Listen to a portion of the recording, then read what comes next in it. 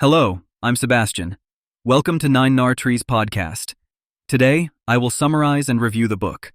A Stolen Life, a memoir by Jaycee Dugard, is a brave and heart-wrenching account of resilience, survival, and personal strength in the face of unimaginable adversity.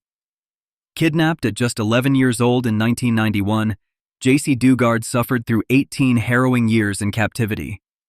This memoir chronicles her ordeal at the hands of her captors, Phillip and Nancy Garrido, detailing the isolation, emotional and physical abuse, and the psychological torment she endured throughout these turbulent years.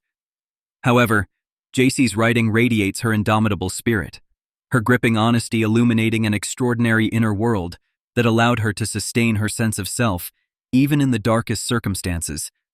She carefully navigates through disturbing details with strength, providing context and reflecting deeply on her struggles for normalcy, identity, and freedom. A Stolen Life is also a powerful commentary on hope and healing, with Dugard openly sharing her journey of reclaiming her life after rescue.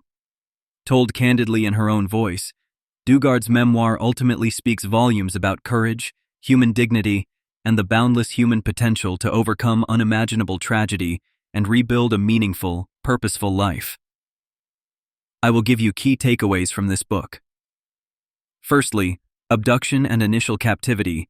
Jaycee's abduction was sudden and violent, forever changing her life in a single tragic moment.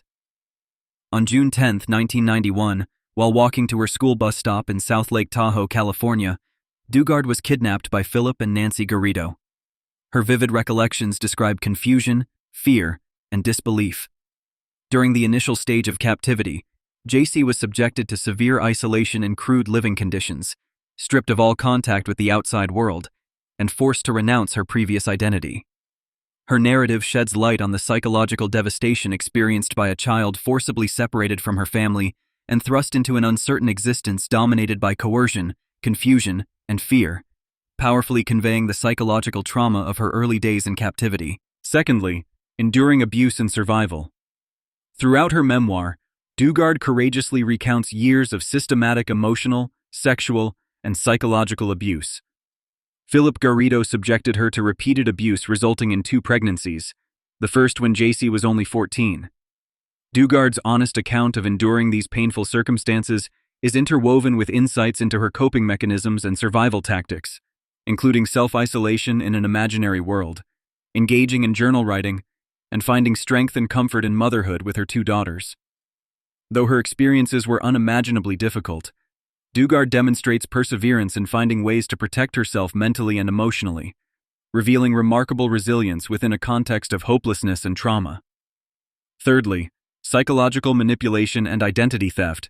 A prominent aspect of Jaycee Dugard's captured life was the psychological control and manipulation perpetrated by her captors. Phillip and Nancy Garrido employed tactics that domesticated, alienated, and broke down Dugard's identity and emotional resistance. They renamed her Alyssa, made her serve their needs, and manipulated her trust and loyalty. Dugard describes how various manipulations impacted her thought processes and self-identity, leading her to become partially dependent on her abductors emotionally and psychologically. The memoir delivers an important exploration of the complexities of psychological abuse in captivity, how continual manipulation impacts personal identity, autonomy, and cognitive patterns, making escape mentally unimaginable. Fourthly, motherhood under captivity. One poignant highlight of Dugard's book is motherhood under adverse conditions. Becoming pregnant at 14 in captivity, Dugard was determined to protect her daughters from harm and give them as much normalcy as possible despite extraordinarily difficult conditions. Jaycee writes openly of her maternal instincts and love, her concerns about protecting and nurturing her 2 daughters, and how motherhood offered her a purpose, joy, and strength that helped her endure years of continuous suffering. She details both the bond and challenge she experienced as she navigated captivity, with the added responsibility and goals of raising children in a harmful and unnatural living environment. Lastly, freedom, recovery, and healing. Jaycee's eventual discovery and rescue in August of 2009 opened a complex journey toward healing and reclaiming her life. The memoir captures her sense of exhilaration, mixed with confusion, and the challenges of adjusting to freedom after nearly 2 decades of captivity. Dugard explores the profound emotional impacts of her captivity, her complicated recovery involving regaining a sense of self, autonomy, and confronting unresolved emotions. Her story provides an important perspective on the challenges trauma survivors face once immediate threat ends, offering valuable lessons about resilience, support systems, therapy's role in healing, and the long-term process of reintegration into society following trauma. In conclusion, A Stolen Life. A memoir should be considered essential reading for individuals interested in understanding resilience, trauma recovery, the psychological dimensions of captivity, and survival stories. Jaycee Dugard courageously guides readers through her anguishing experiences, ultimately culminating in a powerful and hopeful message of survival, resilience, and healing against seemingly insurmountable odds. The book would considerably benefit anyone working in trauma counseling, social work, law enforcement, or those supporting survivors of sexual abuse and kidnappings, as it provides a deeply human insight into trauma's workings and survival processes, psychologically and emotionally. Additionally, general readers will find this book enlightening, inspiring, and profoundly moving, giving perspective on personal strength and human dignity when confronting deep suffering.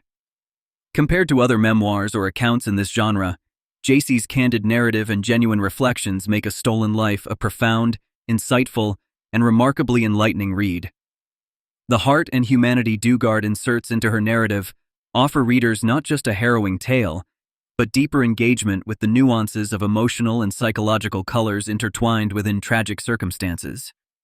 Choosing this book specifically offers an authentic voice, an intimate exploration of surviving influenced by continually reconstructed identities, and a genuinely truthful, raw, uplifting message about human capacity for renewal and hope following even the most traumatic experiences. If you would like to support Jaycee Lee Dugard, you can buy the book through the Amazon link I've provided in the podcast description. After reading the book, please let me know what you think and share your thoughts. See you around.